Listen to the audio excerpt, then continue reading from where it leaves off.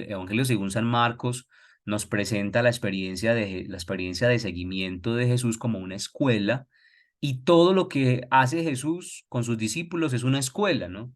Entonces el Señor, cuando habla, está transmitiendo a sus discípulos una enseñanza, pero también cuando camina, cuando se detiene, cuando no actúa según la necesidad de las personas, cuando retiene incluso el milagro. Recuerden ustedes que hay una escena muy difícil de comprender, que es la escena de la mujer cananea, a la cual Jesús le retiene el milagro por un montón de tiempo, y esta pobre mujer, por más que llora, por más que grita, Jesús parece no escucharla, y a través de todas esas escenas Jesús está enseñando, ¿no?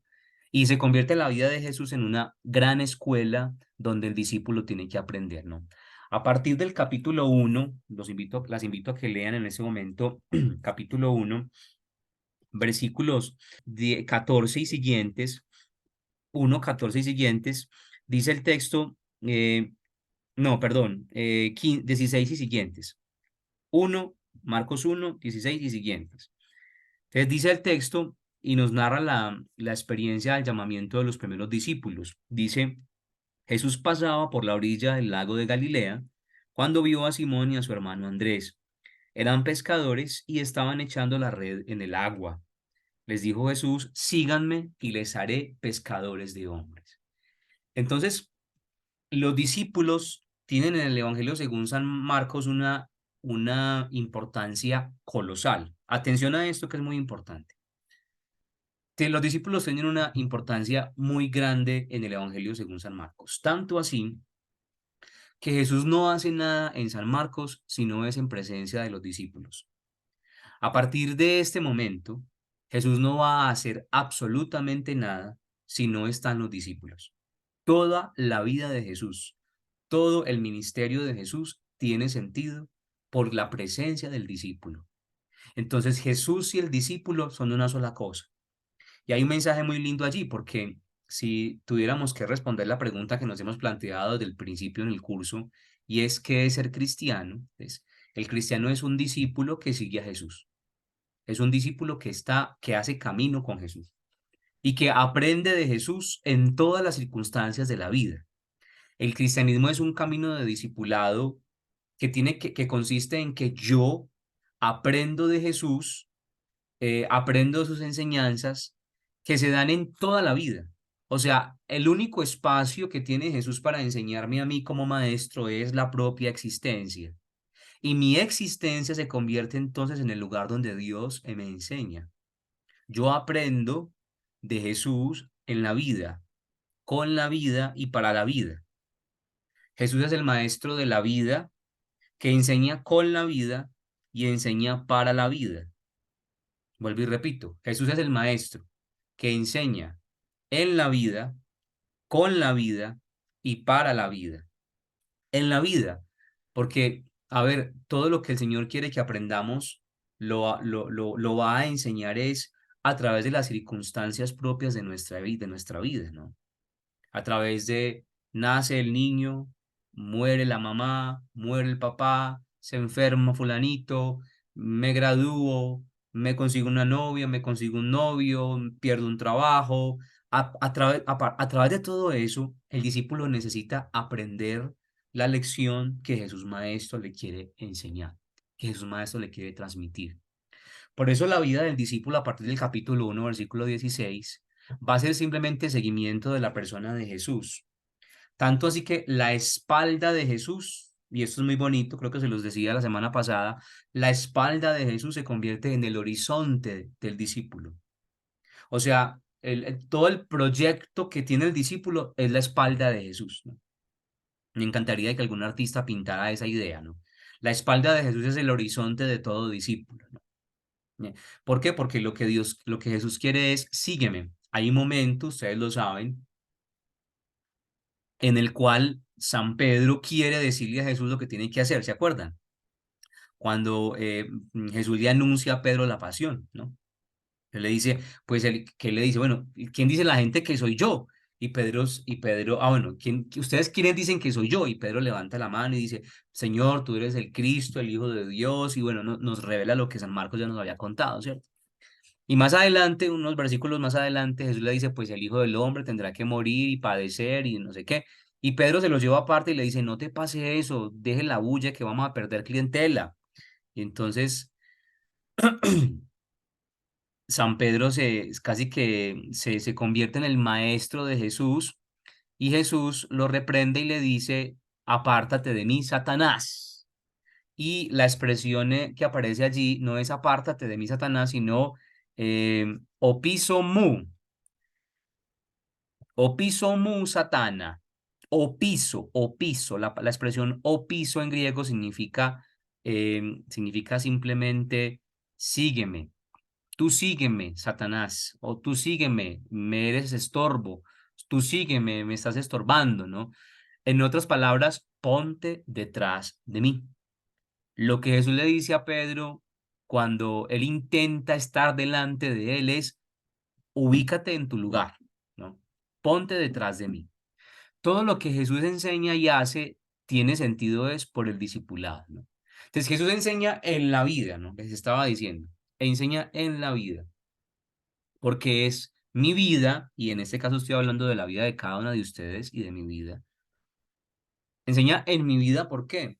Porque lo que pasa es que lo que hace Jesús es utilizar y bueno, Dios Padre, lo que hace es utilizar cada momento de nuestra vida, cada etapa de nuestra vida para enseñarnos. Y eso es muy bonito, ¿no? Entender cada momento de mi vida como una pedagogía a través de la cual el Señor me está enseñando. Yo tendría que preguntarle al Señor, ¿tú qué me estás enseñando con este momento de mi vida? ¿No? ¿A qué me estás invitando en este momento de mi vida? Yo ya soy papá, yo ya soy casado, yo ya soy casada, o ya estoy jubilada, o ya tengo o tengo esta situación, o tengo una hija pequeña, o no sé, cualquiera que sea su situación, sepa que esa es la escuela de Jesús. O sea, es el contexto escolar, es el lugar, es el plantel educativo de Jesús, si lo quiere llamar usted así, ¿no? Su vida, ¿no? Ahí Jesús va a enseñar. Jesús enseña en la vida, pero también con la vida. ¿Eso qué significa? ¿Cuál es el énfasis de esa expresión? Enseñar con la vida significa que cada momento de mi vida, incluso hasta las metidas de pata, son importantes y a través de eso el Señor quiere darme una lección. Ustedes recuerden que todas las preguntas y todos los momentos que los discípulos vivieron con Jesús le sirvieron a Jesús como una pedagogía. O sea, en realidad en el Evangelio no hay como un momento que uno diga, eso para qué lo cuenta el evangelista. Cada momento tiene importancia y muchos de esos momentos tienen que ver con una metida de patas de Pedro o de Juan y Santiago o de algún discípulo imprudente que decía algo que no tenía que decir, como cuando los bonaerenses le dijeron al Señor, ¿quieres que baje fuego desde el cielo? O sea, cada momento, cada metida de patas de mi vida es una herramienta para que Jesús enseñe, para que Jesús me discipline, para que Jesús saque de ahí una gran enseñanza, ¿no? Entonces, en mi vida no hay nada que sea como desechable, porque el Señor es capaz de enseñar, o como dicen por ahí, de escribir derecho en renglones torcidos. ¿Eso qué significa? Que Dios enseña con la vida, ¿no? Y para la vida.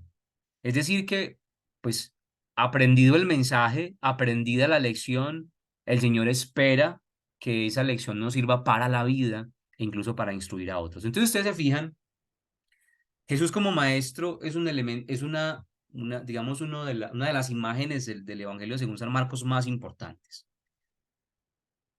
¿Quién es Jesús? Es el maestro. San Marcos nos dice, no solamente es el Cristo, el Mesías, el enviado, el ungido de Dios, no solamente es el Hijo de Dios, sino que es el maestro que tiene su propia escuela de discipulado y que es un maestro sui generis, es un maestro que no es igual a los maestros de Israel, o sea, la maestría de Jesús, la escuela del Señor es completamente distinta a las escuelas rabínicas, ¿no? Es distinta la dinámica. Primero, porque no es el discípulo el que busca al maestro, sino el maestro el que busca al discípulo. Jesús mismo llama a las personas. Y la semana pasada les decía yo esto, es importante que sepamos que toda experiencia fuerte, genuina, real de seguimiento del Señor tiene que comenzar con la conciencia de llamado, de vocación. Si yo aún no me he sentido llamado por Dios, difícilmente voy a cargar con la misión que él me imponga o que él me regale, ¿no? Si yo no me siento llamado, escogido, elegido por Dios, la vida me va a pesar demasiado. Miren, yo les he contado mucho que en este momento estamos sirviendo a las parejas, ¿cierto? Acompañando a las parejas en sus necesidades. Y yo lo que he notado es que la mayoría de las parejas no han entendido que es una vocación, que su matrimonio es una vocación. Y que como vocación no es tan sencillo como decir, separémonos y ya, o dejemos todo botado, porque la vocación no es simplemente una profesión o un estado de vida, sino que es la vida misma. La vocación implica la vida misma.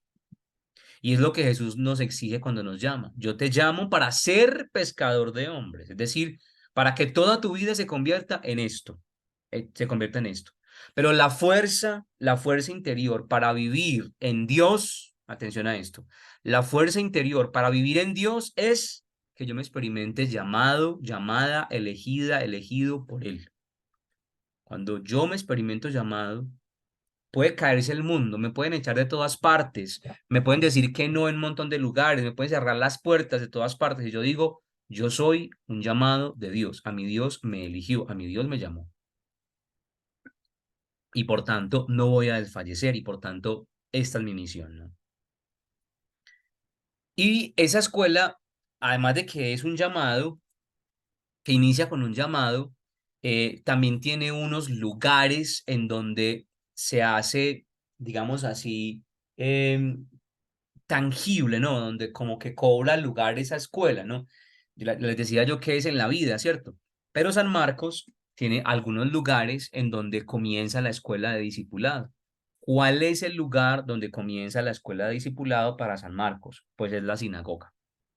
Particularmente es un lugar donde pues no hay necesidad de enseñar mucho porque la sinagoga es el lugar donde se va a leer la Torá y donde la mayoría de los judíos son instruidos y conocen la Torá, ¿no? Y leen la Torá.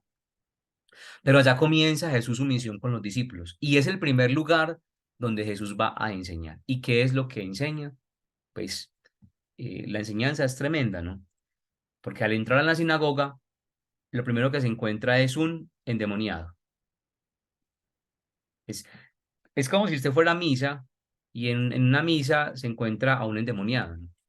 Uno dice, pero ¿qué hace un endemoniado en misa, no? ¿Qué hace, como dicen por ahí las abuelitas, el diablo haciendo hostias? Y entonces por ahí comienza la misión de Jesús, por estar en un lugar donde aparentemente no se necesita salvación. Pero allí en la sinagoga hay un hombre que está endemoniado, es decir, hay un hombre que su vida está alienada, que no se pertenece a sí mismo, que no tiene libertad, que está oprimido, ¿no? Que está fuera de sí mismo. Y toda la escena es realmente muy linda y yo quiero como que leamos algunos apartes de esa primera escena en la sinagoga. Llegan a Cafarnaún y en el sábado, capítulo 1, versículo 21. Llegan a Cafarnaún y en el sábado Jesús entró en la sinagoga y comenzó a enseñar. La gente se admiraba de cómo les enseñaba, porque lo hacía con plena autoridad y no como los maestros de la ley. En la sinagoga del pueblo había un hombre que tenía un espíritu inmundo, el cual gritó, ¿por qué te metes con nosotros, Jesús de Nazaret?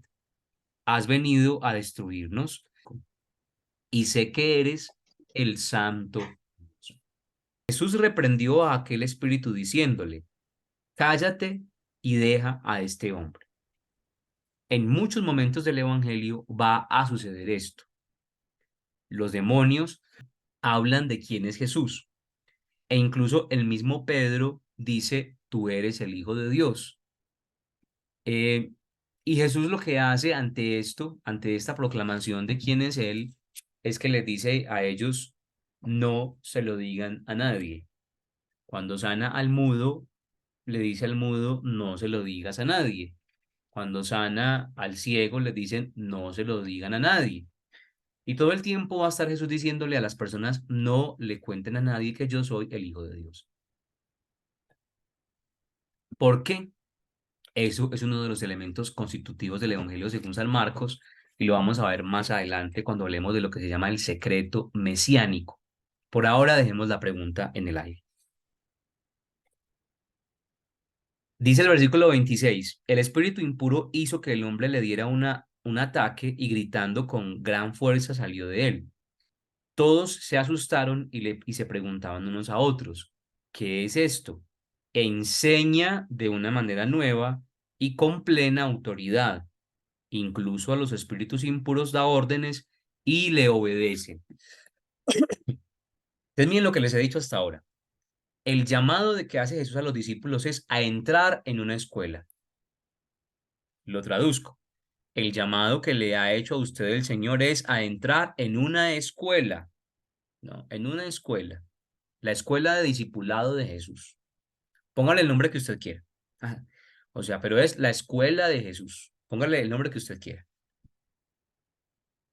Y esa escuela, en esa escuela, hay un primer momento y es, y es que Jesús comienza a enseñar en un lugar donde se supone que está la experiencia religiosa, donde se supone que uno debería encontrar a Dios. ¿Por dónde comienza la escuela de Jesús? Es este el elemento que quiero contarles. La escuela de Jesús comienza por revisar cómo es nuestra experiencia de Dios. O sea, lo primero que hace el Señor es sacar de nosotros un montón de cucarachas que tenemos en la cabeza sobre Dios. Entonces, San Marcos nos dice, cuando Jesús comenzó a predicar, lo primero que hizo fue entrar en la sinagoga a expulsar espíritus inmundos, es decir, aquello que no corresponde con la imagen real de Dios. Por eso todos se preguntan, incluso los maestros de la ley se preguntan, ¿qué es esto? Es una enseñanza nueva. O sea, miren que la admiración no es un gran poder o que gran, como lo dice el mismo Lucas, un gran profeta ha surgido entre nosotros. No, la admiración que pone en boca de los magistrados San Marcos es la siguiente. ¿Qué enseñanza es esta? ¿Qué doctrina es esta? La enseñanza de Jesús comienza por regalarnos una nueva experiencia de Dios. ¿Quién es Dios para mí? ¿Quién es Dios para mí? Miren, yo en este momento les cuento sobre esto un poquito. eh, yo he pasado por grandes crisis en mi identidad como evangelizador por varias razones, ¿cierto? Y una de las peores crisis ha sido el hecho de que a la mayoría de la gente no le gusta mucho formarse en Biblia, ¿no? Yo, por ejemplo, este curso yo lo anuncié por YouTube, invité a la gente en Radio María, invité a todos los grupos, invité por WhatsApp, invité, mejor dicho, me faltó fue como poner un anuncio en el periódico, pues. Y es muy poca la gente que se quiere formar y a mí lo que me gusta es enseñar, ¿no? Pero me he dado cuenta que, que es muy difícil proponer una enseñanza de este tipo a quienes aún no conocen quién es Jesús. Entonces me doy cuenta que la gente tiene necesidad, en principio, de ser sanada, ¿no? En principio, de conocer el poder y la misericordia de Jesús. Y es lo que el Señor hace. O sea, el Señor primero nos permite conocer su misericordia, primero nos permite conocer su amor y su poder. Y ya cuando estamos enamorados, pues comenzamos a seguirlo y lo seguimos a donde quiera que él vaya, ¿no? Pero primero es el amor, lo que decía San Juan Pablo II.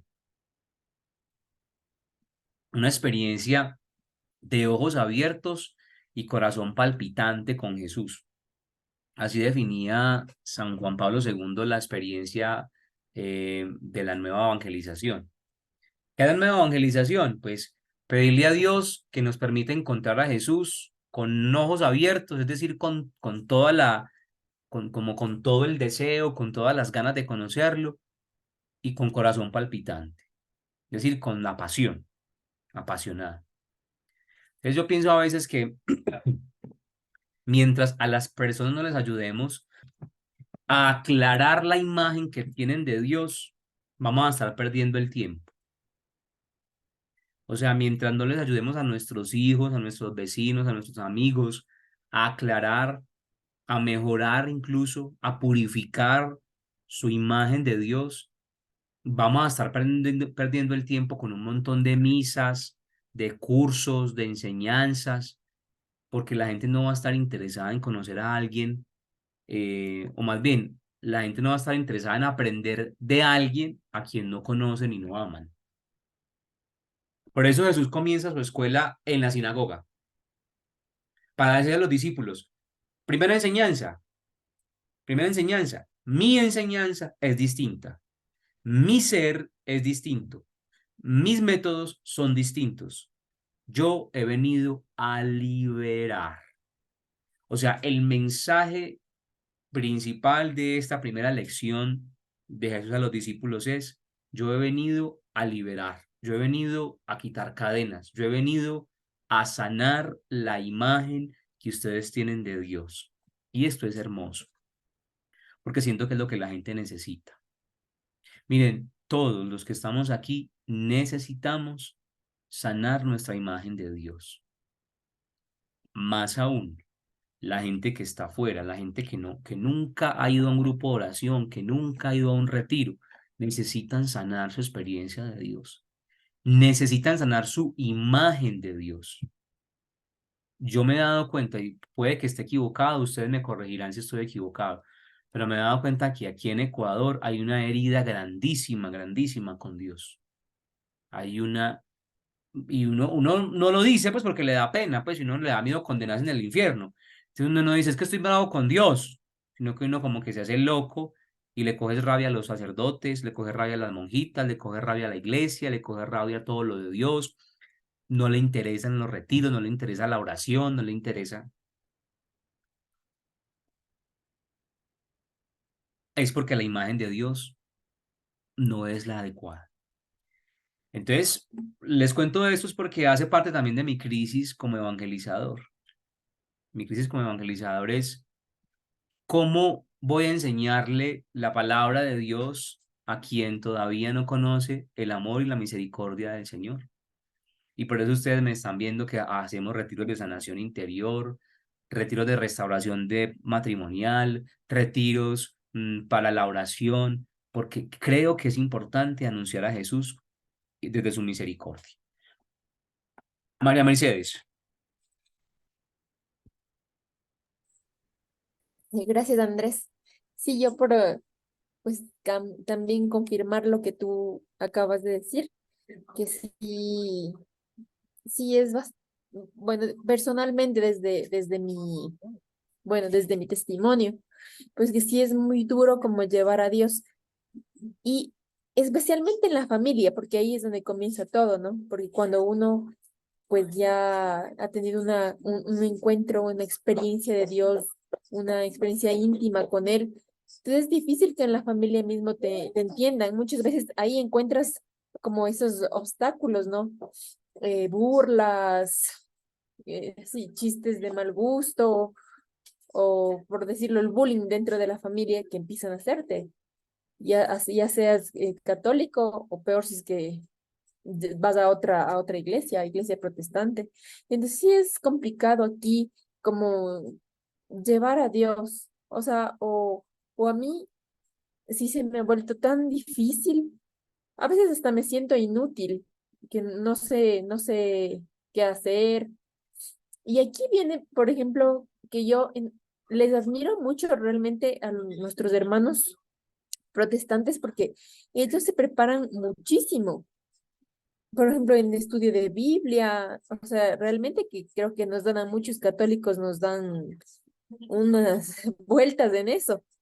Y también llevan a su familia, o sea, se esmeran por inculcar a sus hijos también los valores cristianos.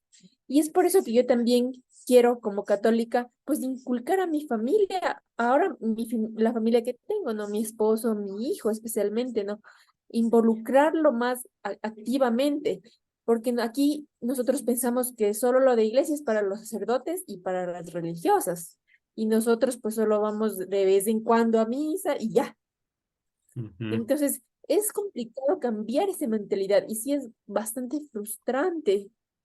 Y como te digo, o sea, especialmente en la familia, no se diga en otros ambientes. ujú. Sí, sí. Esa es mi opinión. Sí, sí, me parece. Muchas gracias, María Mercedes, porque eso confirma como mi emoción también. Y casos como este hay un montón, ¿no? Gente que está herida con las religiosas, con las profesoras que fueron religiosas, o con los sacerdotes, o con los mismos obispos. Y entonces esto hace que se genere un bloqueo para conocer para conocer a Jesucristo, para conocerlo, y para entregarse a Él, y para amarlo. Entonces, cada vez es más difícil para los que evangelizamos llenar un cupo para un retiro, cosa que no debería ser así, porque hay mucha necesidad. A mí me admira mucho porque todos los días me llama gente que está en crisis, pero claro, como están en crisis así grande, entonces ahí sí llaman y lo buscan a uno para que ore por ellos, pero cuando se trata de buscar la solución en Dios, tienen ciertos recelos, tienen cierto miedo, tienen un montón de dudas y no se animan, ¿no? Entonces pienso que, miren, por eso la palabra es tan hermosa, ¿no? Y tan actual. ¿Por dónde comenzó Jesús? Jesús comenzó por purificar el lugar de lo religioso. Comenzó por purificar la imagen de Dios. Ese fue el inicio de la predicación del Señor, fue el inicio de la escuela de Jesús. Entonces nosotros, y a esto viene la enseñanza de esta noche, nosotros tenemos que volver allá. Tenemos que volver allá y saber, y esto pueden ustedes, si quieren, me pueden denunciar con el obispo, pero tenemos que saber que el lugar donde más se manifiestan los espíritus del mal es en la iglesia. O sea, en la iglesia es el primer lugar que necesitamos limpiar para poder anunciar a Jesucristo. La sinagoga es la imagen de la iglesia. De hecho, la palabra sinagoga es una expresión griega que significa sinagogein, significa los llamados a a la conversión, los llamados a la salvación. Lo mismo que la expresión eclesía o iglesia en griego, significa los que han sido convocados, que han sido llamados. ¿Por dónde comienza Jesús la evangelización? ¿Por dónde comienza la buena nueva? ¿Por dónde comienza la escuela de discipulado? Por la iglesia, por la iglesia. ¿Por qué? Porque es en la iglesia, es en la comunidad donde el discípulo necesita encontrar a Dios y saber quién es realmente ese Dios, que es un Dios que enseña distinto, que tiene autoridad y que incluso los demonios le obedecen. Vuelva y lea usted lo que dice la gente cuando Jesús predica, ¿no? ¿Qué es esto? Enseña de una manera nueva, con plena autoridad, y los espíritus le obedecen. Tres elementos que necesitamos nosotros para poder evangelizar. La preocupación tuya, María Mercedes, y la mía es esta. ¿Qué hacemos con la gente que no quiere escucharnos? Yo, en ese, yo me pregunto, ¿no? O sea, ¿qué más puedo hacer? O sea, ¿qué puedo hacer si no quieren escuchar? O sea, ¿qué puedo hacer? Y como otra cosa también es que ahora no se puede hablar así porque pues la gente se resiente Ah, o bueno, claro. Es lo que yo les dice, decía a ustedes, lo que yo les decía a ¿qué? ustedes, ¿Qué el tema del hacemos? espíritu, el espíritu de las ideologías que se nos metió, ¿no? Entonces, como que no, el respeto por el otro, es que hay que respetarlo, cosa que es verdad, hay que respetar a la gente y sus opiniones, pero también hay que respetarnos a nosotros mismos y lo que creemos. Y más si lo que creemos es la salvación para un montón de gente. Entonces, a veces pienso que ese como que, ay, no hay que respetar, es más cobardía de nuestra parte, ¿no? Por una parte. Pero lo que te quería decir, María, y a todas, es que, ¿qué es lo que hace Jesús? Veamos el modelo de Jesús. ¿Qué es lo que hace Jesús? Mírenlo pues. La gente dice cuando ven a Jesús, ¿qué es esto? Primero, una enseñanza nueva. Entonces, ¿cómo evangelizar a la gente que no quiere? Hay que diseñar una enseñanza nueva. No podemos seguir masticando y dándole a lo mismo. Cuando uno, en esos días estuve en una conferencia, bueno, era un espacio supuestamente de oración. Entonces invitaron a una hermanita a que hiciera la intervención y yo era el que estaba pues cantando y yo no la conocía a la hermanita y ella tampoco me conocía a mí. Pero el tema fue que habían por ahí unas 150 personas en un auditorio y la monjita se para una hora a leer de un libro y la gente era dormida. Y yo decía, pero ¿qué es esto? Es lo contrario, ¿no? ¿Qué es esto? ¿Qué enseñanza tan aburridora?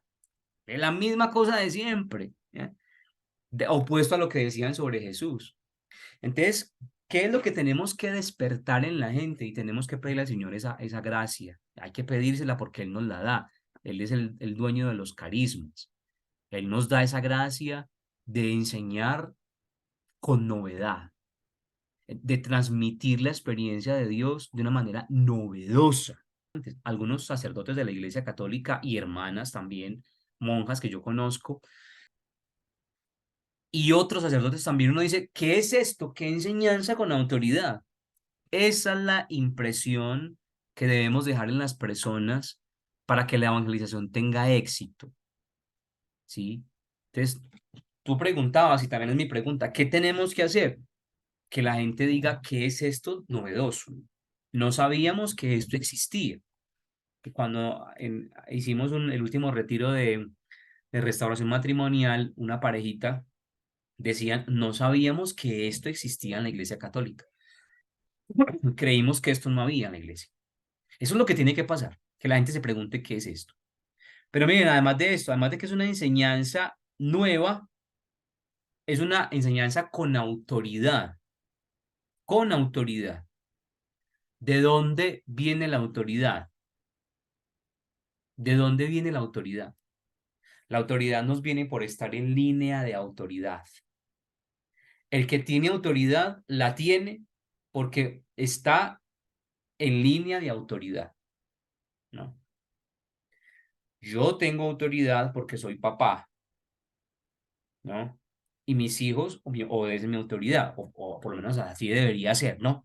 El que tiene autoridad es porque está en línea de autoridad. ¿Eso qué significa? Que para tener autoridad sobre los hermanos, sobre la familia, sobre los otros, tenemos que estar bajo la autoridad de Jesucristo. La autoridad de Jesucristo. ¿Quién es tu autoridad en la vida? ¿A quién le obedeces?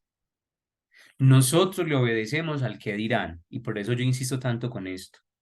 ¿Qué dirán de mí? Vieja curuchupa, vieja lambona, vieja no sé cuánta. Usted le tiene miedo a que le digan eso, y por eso no le anuncia a la gente que necesita escuchar el mensaje, porque no está bajo autoridad. El mensaje de Jesús se caracteriza por varias cosas. Primero, ¿qué es esto? Dice la gente, ¿qué es esto tan raro? Es algo nuevo, una nueva manera de hacerlo. La iglesia tiene que entender que tenemos que obrar de una manera distinta, de una manera nueva. No se vale las cosas antiguas. Y no estoy con esto criticando la tradición de la iglesia, por supuesto que no, sino que lo que tenemos que hacer es abrirnos al Espíritu de Dios que es absolutamente nuevo. El Espíritu de Dios todo lo hace nuevo y es creativo y es novedoso, ¿no? Entonces, ¿qué es lo que tenemos que hacer? Primero, crear cosas nuevas. Pero segundo, estar bajo la autoridad del que es la autoridad. La enseñanza de Jesús, el actuar de Jesús, es un actuar poderoso, porque está concatenado con la autoridad de Dios Padre. Entonces, no es simplemente un mensajito ahí como para dormirlo a uno en misa, para dormirlo a uno en una preparación prematrimonial o una catequesis, sino que es un mensaje poderoso con autoridad, con autoridad. Y además de eso, dice el texto, y manda a los espíritus inmundos. Es decir, no simplemente se trata de una doctrina, sino que hay una acción de liberación. Miren, ¿por qué nos fallan nuestras estrategias de evangelización? Porque no hay liberación para la gente. Entonces, miren, si yo sé que alguien está oprimido en mi familia, yo tengo que orar por esa persona. Y no solamente orar, sino ejercer mi autoridad de bautizado para que quede liberado. Y en la medida de lo posible, aprovechar cualquier momento para llevarlo donde un padre, un cura, que ore por liberación y lo libere. Estoy hablando en serio, estoy hablando en serio.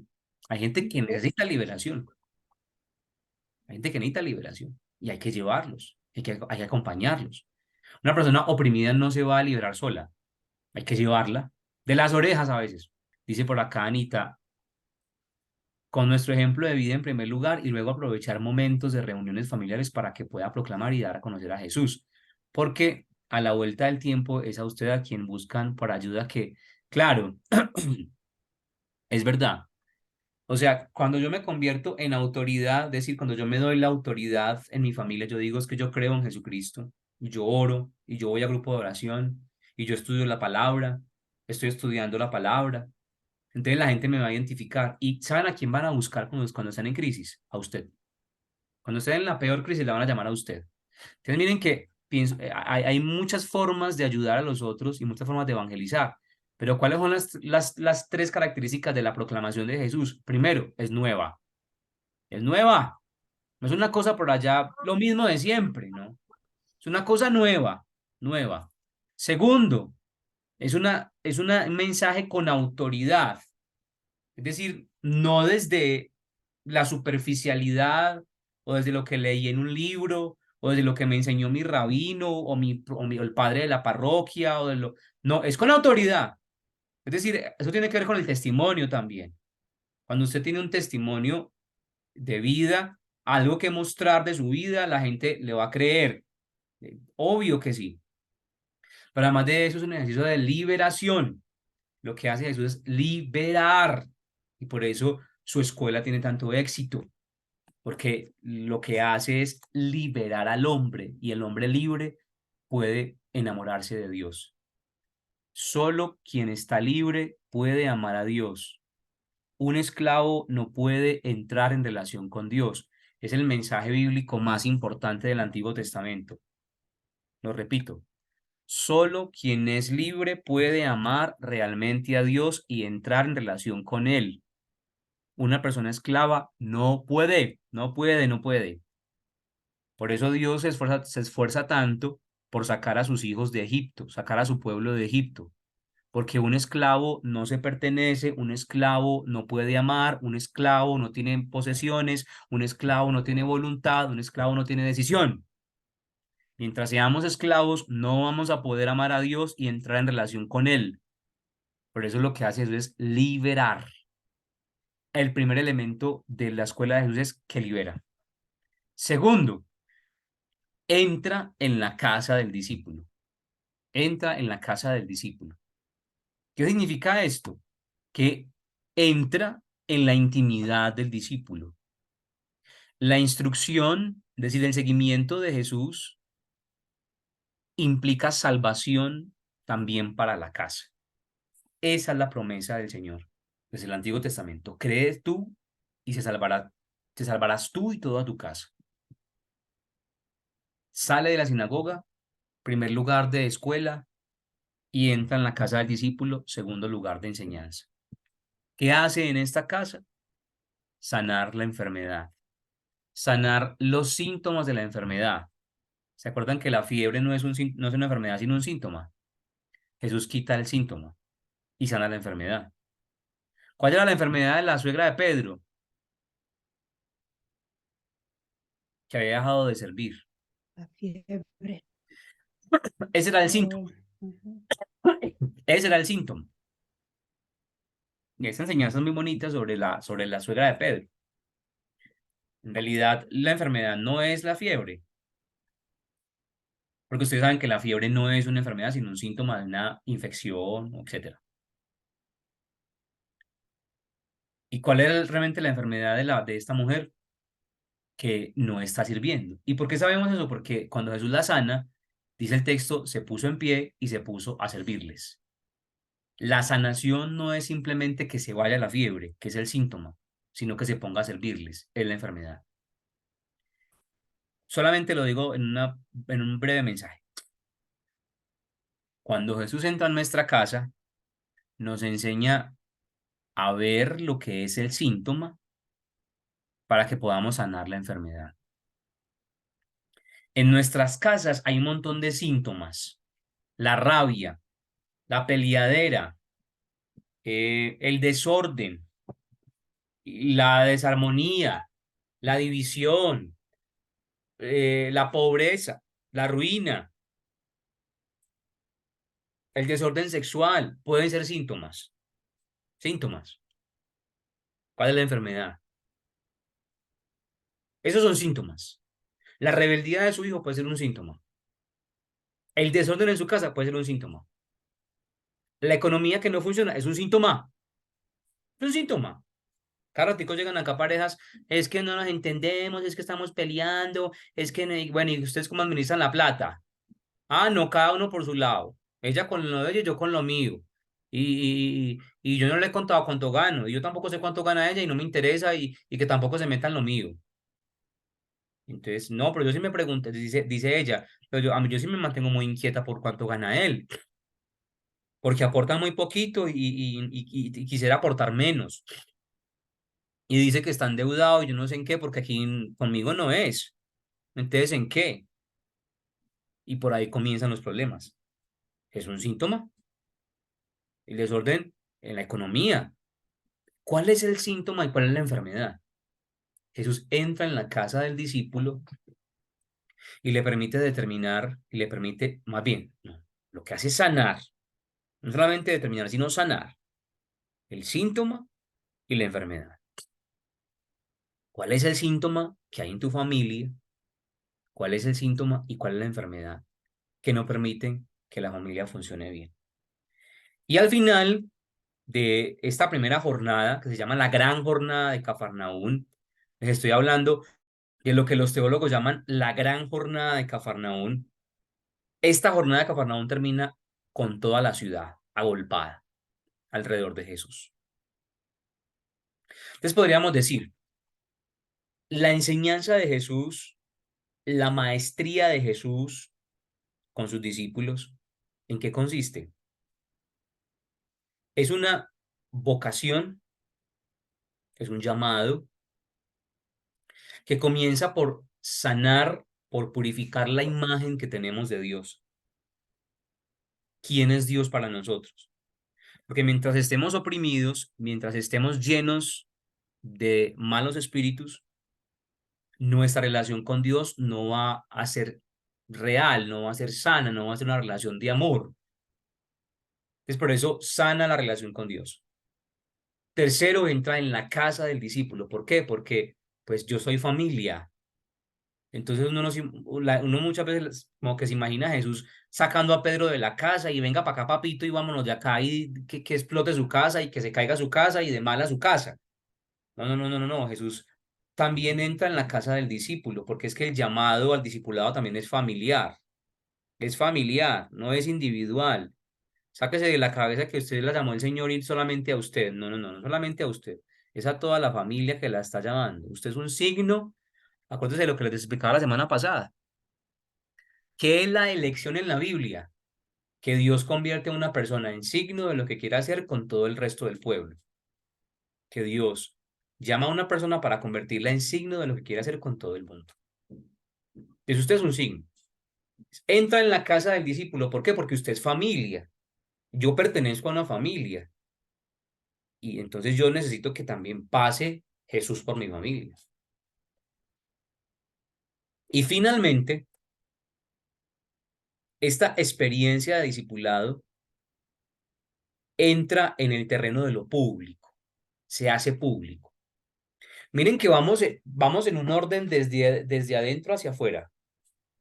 Primero la experiencia de Dios, luego la familia, mi experiencia de Dios, mi personal experiencia de Dios, mi imagen de Dios. ¿Quién es Dios realmente? ¿Quién es? ¿Quién es? Luego entra en la casa, ¿m?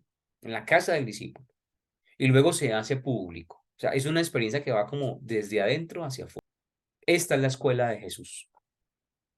Y este es el método de evangelización de Jesús. Desde esta jornada en Cafarnaún, se lanza Jesús a predicar por todo el mundo. Y voy a terminar con una cosa, resaltando un elemento de esa predicación. Dice el capítulo 1, versículo 29, versículo 32.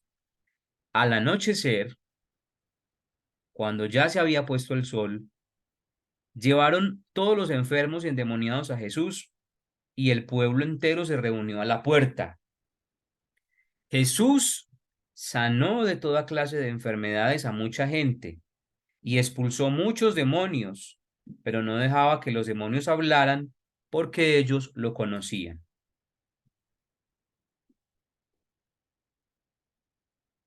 ¿En qué consiste esta primera jornada de Jesús? Si ustedes se dan cuenta, la buena nueva del Evangelio tiene que ver con la sanación, que Jesús está sanando. Es decir, que la herramienta fundamental para llevar a la gente a la experiencia de Dios es permitirles ser sanados por Dios, ser liberados por Dios. Jesús en este primer capítulo nos está diciendo que su proyecto del reino de los cielos comienza con un acto de liberación en la sinagoga de Cafarnaún, se extiende hasta la casa para sanar una enfermedad que ni siquiera era una enfermedad grave, era la enfermedad del servicio, de la inutilidad, de la pereza, de la flojera, pero la sana. Y luego en toda la ciudad lo que hace es quitar todo síntoma del mal, que es la enfermedad. Entonces, como ven, la palabra es sumamente clara. ¿En qué consiste el cristianismo? Sería la pregunta, pues como para no perder la costumbre de responder la pregunta en la clase. El cristianismo consiste en una experiencia de sanación y de liberación. Lo voy a decir en orden. El cristianismo es una experiencia de seguimiento de la persona de Jesús que pasa por la liberación y la sanación. Jesús sana y libera. Si falta alguno de esos elementos, el llamado, la sanación y la liberación, todo queda cojo, todo es endeble, o todo, le falta algo. Cuando uno se come una sopa sin un condimento, le falta algo, ¿no? Le falta un poquito de sal a la cosa. Pidámosle al Señor, no solamente para nosotros, sino y de manera especial para la iglesia, o sea, para la iglesia institucional, esta conciencia, esta claridad de que tenemos que comenzar a transmitir a Jesucristo de una manera renovada y que tenga que ver con la experiencia de la sanación, porque la gente está enferma, está herida, está oprimida. Y Jesús comienza su propósito del reino de los cielos por ahí, y es precisamente sanando al hombre que está enfermo y liberando al hombre oprimido. Preguntas, dudas, inquietudes, comentarios, por favor. ¿Ya? Chévere. Listo. Andrés, Sí, tengo una pregunta. sí. Este, ¿Cómo se puede ser novedoso en la evangelización sin salirse de la doctrina evangélica, digamos? Sí, sí, sí. Porque te digo esto, porque hace unos días asistí a una conferencia y el expositor dijo bueno, cosas terribles, ¿no? Y todo el mundo aplaudió y todo el mundo dijo que era algo nuevo y dijo algo así que lo único que se necesitaba para salvarse es amar al prójimo y que amar a Dios eso no era importante. Cosas así dijo. Eso no solamente, Entonces, eso no es claro, novedoso, Tú te sino paraste, herético. pero todo el exacto. mundo lo aplaudió. Era una reunión por Zoom, había 477 personas Ay, reunidas y la mayoría, bueno, era wow, qué hombre tan iluminado. mm. Entonces, Sí, es que también, es confundir, Gladys, creo, el tema de la novedad con el tema del escándalo y lo que no es necesario. ¿Cuál es el criterio, pienso yo, para la novedad? El criterio para la novedad sería algo así como atender a la necesidad de las personas de una manera sencilla, actual y pertinente. O sea, yo sé cuál es la necesidad de mi esposa, de mis hijos, de mi vecina, de mi hermano. ¿Cómo respondo a esa necesidad de una manera sencilla, actual y novedosa? O más bien actual y pertinente, ¿no? Pertinente. Y de ahí sale la novedad. Entonces, nada más para contarles un testimonio que me impactó mucho que contaba esta semana Bridge McKenna. Eh, ella decía que le impresionó mucho una mamá que su hijo se estaba apartando del camino de Dios y que escuchó una de las charlas de la hermana Bridge. Ella habla mucho de la sanación con los sacramentos de la iglesia.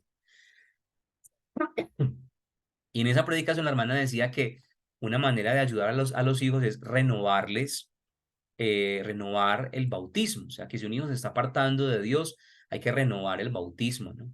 Ellos son bautizados y fuimos nosotros los que lo bautizamos. Y ella decía que su hijo estaba perdidísimo y que un día hizo la oración diciéndole al Señor, en el nombre de mi hijo, yo renuncio a Satanás y yo creo en ti, ¿no?